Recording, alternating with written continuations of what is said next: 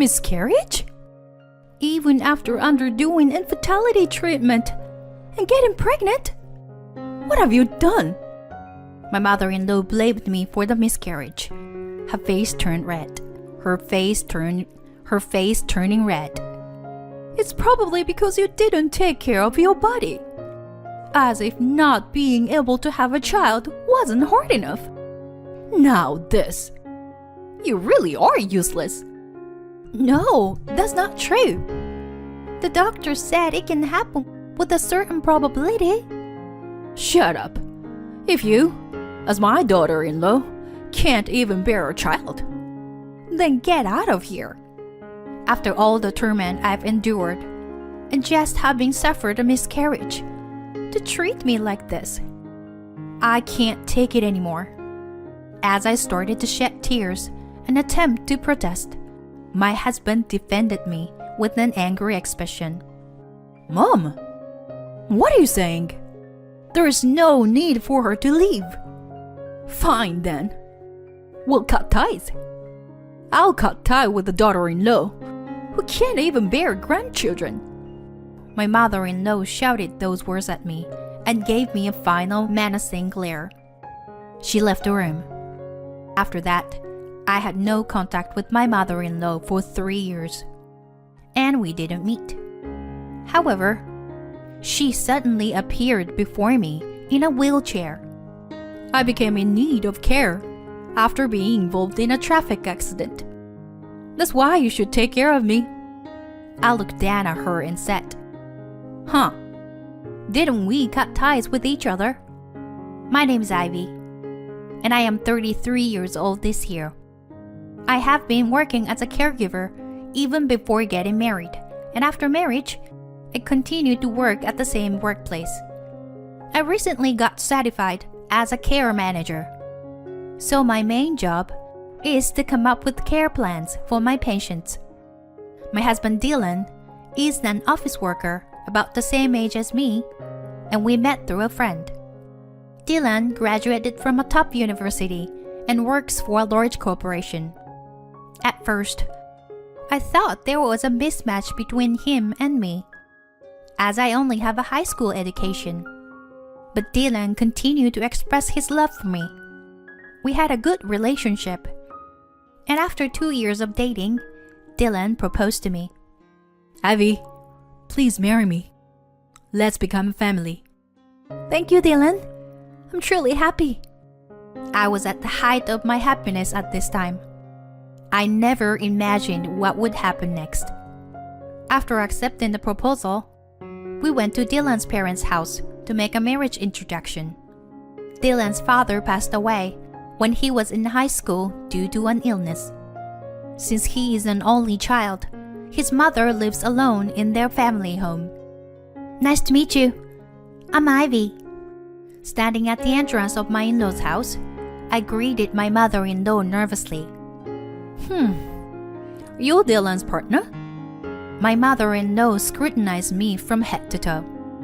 I want to marry her. Upon hearing Dylan's words, my mother-in-law smiled at him. Well, Dylan, we need to get to know this person first. My mother-in-law addressed me as I nervously sat on the couch. Oh, your name is Ivy, right? Which university did you graduate from? I'm sorry. I didn't attend a university. I graduated from a local vocational school. Well, my mother-in-law visibly frowned her brow and covered her mouth. Not even attending university nowadays. Were you raised in a very poor family? Uh-huh. Mom, what are you saying? Well, isn't it? Or it is because your grades weren't good enough to attend university? My mother-in-law questioned me with a furrowed brow. I responded as best I could. My mother worked in caregiving. She always said it was a challenging but rewarding job. I grew up watching her in that role, so I wanted to walk the same path. Ivy works really hard at her job and has an ambition. I think that's wonderful about her too. As Dylan supported me, my mother-in-law's expression became even more unpleasant. Caregiving? Did you say you were currently working in caregiving? Does that involve changing old people's diapers? Yes. I assist patients with their daily lives. That's not some smelly, dirty, low-level job. Huh? Even though caregiving is a job that anyone can do, it's not spoken of as something amazing. I could do nothing but be dumbfounded by my mother-in-law, who completely looked down on me. He continued to speak. Dylan said he's bringing his marriage partner. I thought it would be someone wonderful, but someone who couldn't even go to college, and someone who works in caregiving. It's disappointing. What are you saying, Mom? Well, isn't it, Dylan? Maybe you should reconsider now. Should I help you find someone wonderful? Enough already. Let's go, Ivy. Dylan slammed the table, stood up, and pulled my arm. But Dylan... I was honestly flustered as well. But my mother-in-law seemed surprised by the fact that Dylan, who is usually calm, displayed his anger so openly. Dylan, what's wrong? Did something bother you? Mom, you're being extremely disrespectful to Ivy. No matter what anyone says, I'm gonna marry Ivy. Dylan! Dylan's clear declaration made me feel happy. Then, my mother-in-law let out a deep sigh. Fine. If Dylan insists on it, I'll approve of the marriage. Mom. But in return, Ivy, make sure you fulfill your duty as a wife. Have children quickly. Understood? Yes. And so, Dylan and I were acknowledged by our respective parents and decided to register our marriage. We rented an apartment, considering the distance from our workplaces.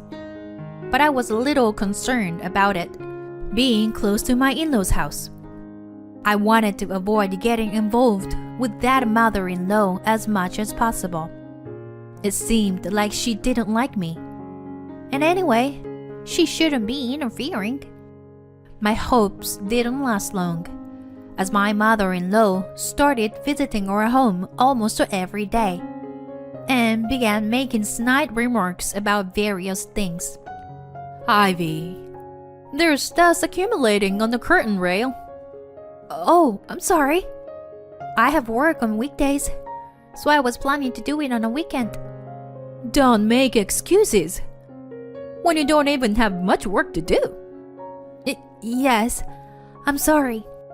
Such exchanges have become commonplace in our daily lives.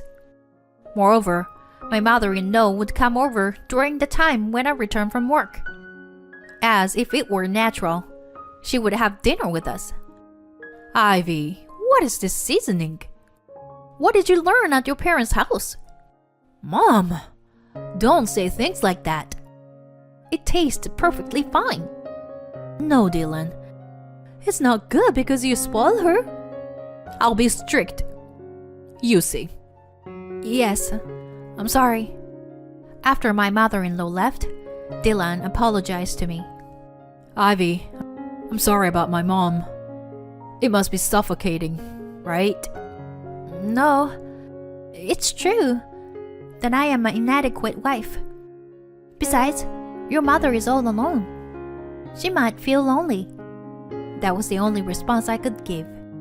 Rejecting my mother-in-law, who rings the doorbell almost every day, it's something I cannot do. Furthermore, after a year of marriage, my mother-in-law started saying things like this. My friend Mrs. Smith just became a grandmother the other day. Oh, congratulations to her. My response excited my mother-in-law. And Mr. Davis and Mrs. Miller also have grandchildren. I'm the only one without grandchildren. Well, you two are already in your 30s, right? Yet, you still haven't had children. We have our own pace. If you keep talking leisurely like that, you'll never have children. Hurry up and give birth to a child so that I can have a grandchild. Understood? Yes. My mother-in-law started urging me to have a grandchild every time she saw my face. I felt the pressure myself as we were struggling to conceive. Dylan reassured me that there is no need to rush, but age is still a factor.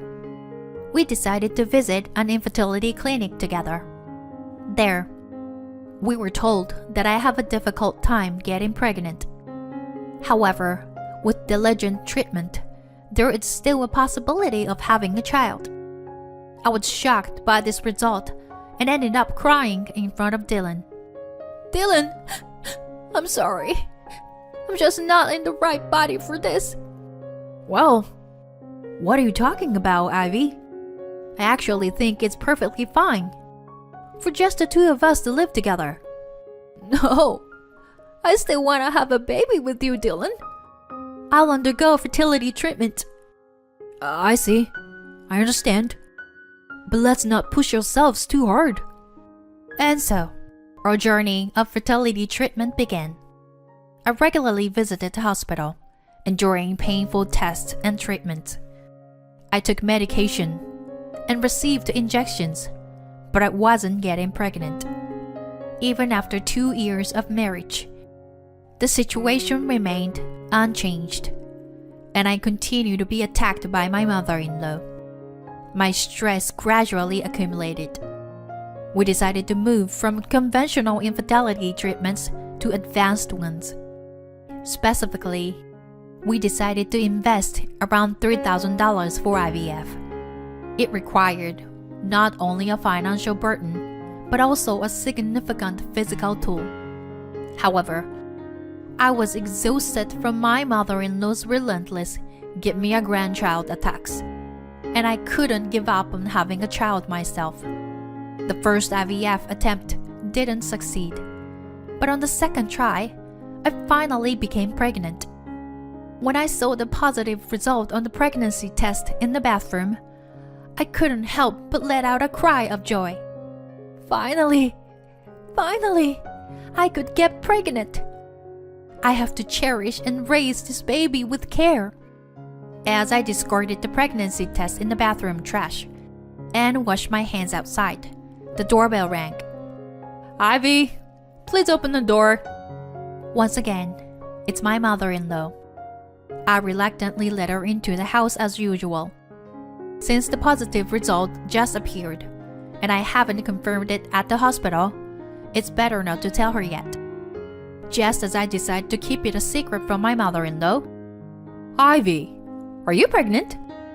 She asked me like that. Huh?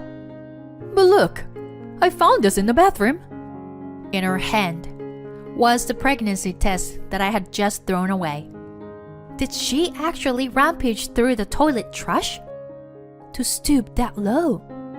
As I was in shock, my mother-in-law blurted out these words.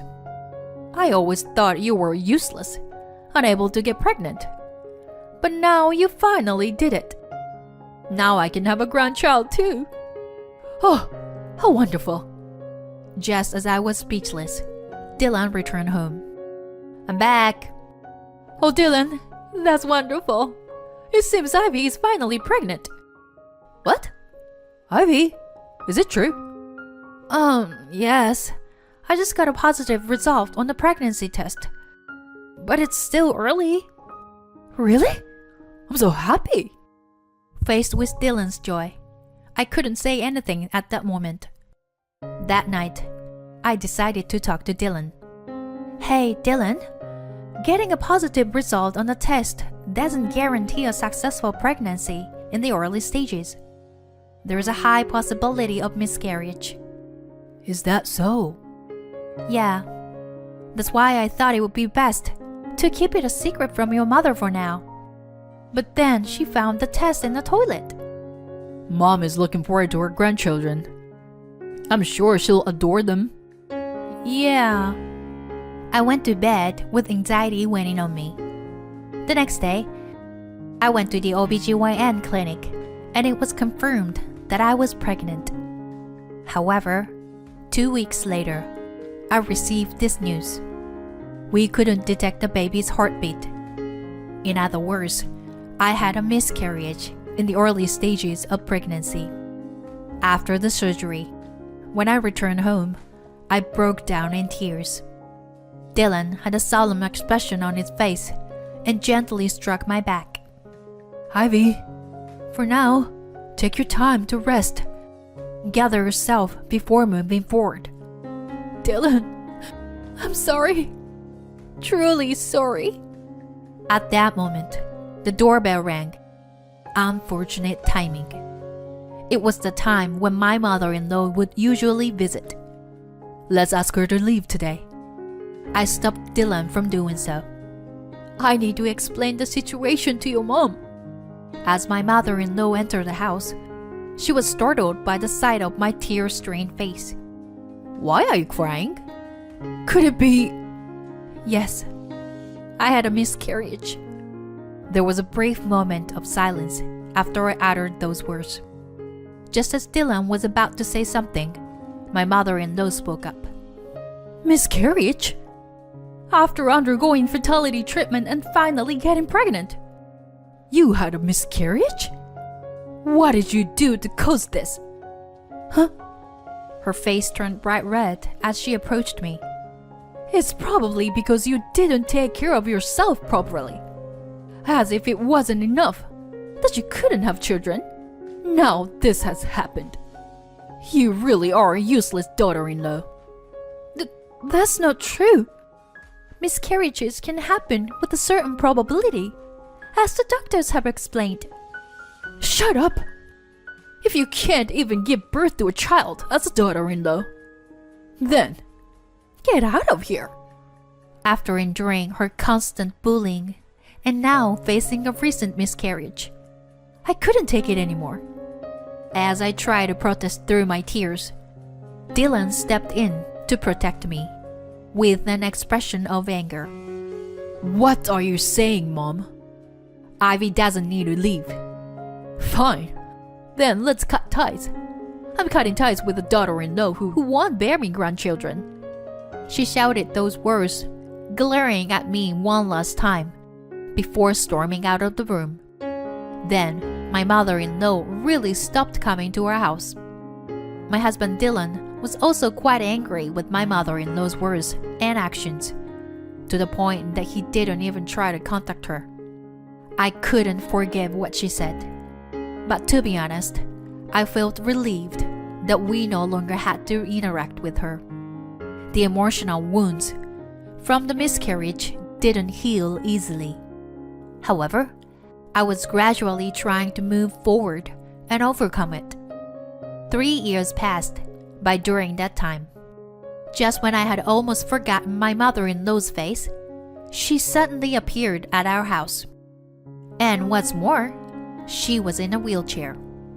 Oh, Ivy, it's been a while, hasn't it? What happened to you? Never mind that. Can you let me into the house? I struggled a bit, but I let her into the house. It seems that my mother-in-law's right hand and right leg don't move properly.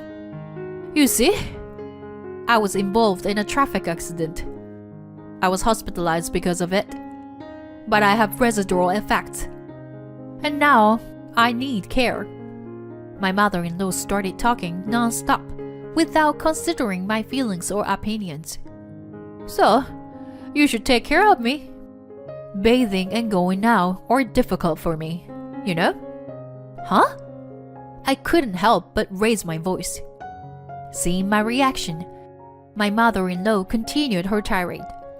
Since you are a daughter-in-law, it's only natural for you to take care of your mother-in-law. You're working in caregiving, aren't you? And yet, as a wife who can't even have children, I'm asking you to take on the role. Regarding that, we did cut ties, right? Yes, but I'm saying I'm willing to reconsider.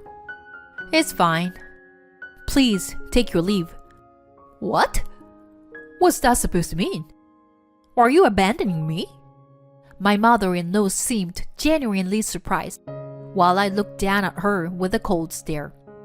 While I was being constantly bullied and hurt after experiencing a miscarriage, it was you who told me to get out, useless, right? Why should I be the one to take care of someone like you? Are you going to abandon your relatives who need nursing care? You are a devil's wife, aren't you? I'm fine with being the devil's wife. Please leave me alone. I pushed my mother-in-law's wheelchair towards the entrance, and she started screaming.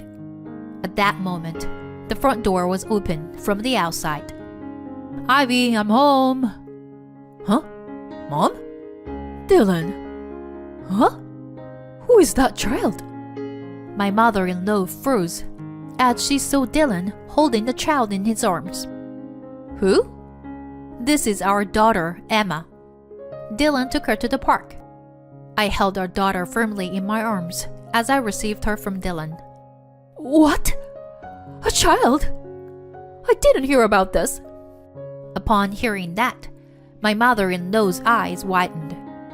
Yes, after cutting ties with my mother-in-law, the stress seemed to disappear. Thanks to that, we quickly conceived the child. The child was born safely, and our daughter is already 2 years old. Well, I didn't say anything. I can't believe someone would utter such abusive words to Ivy. It's not what I would expect from a mother. Dylan, you know how much I long to hold my grandchild, right? I'm aware of that, but even so, I can't let someone who hurts my wife off the hook. So, what do you need today? As Dylan casually said that, my mother-in-law's mouth was left agape. I explained the situation to my husband. Upon hearing this, Dylan furrowed his brow. There's no way I would let Ivy take care of you. Just go home already.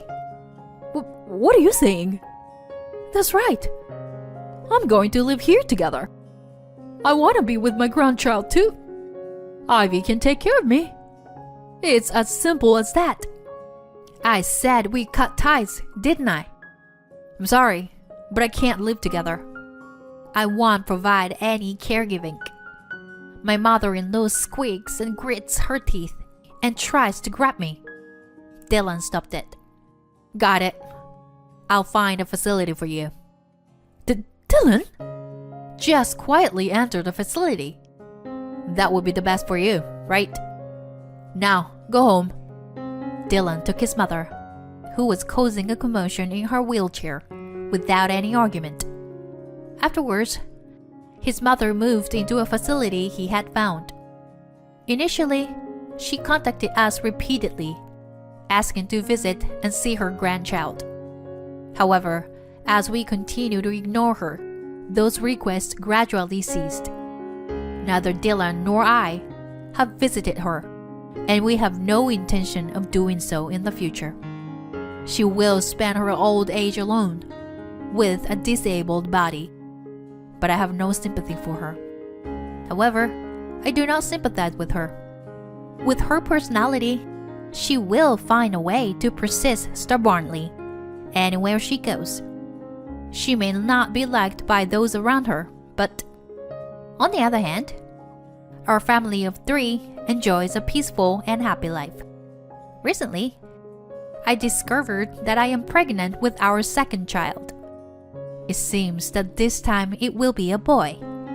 I intend to prioritize our family's happiness and cherish our lives moving forward.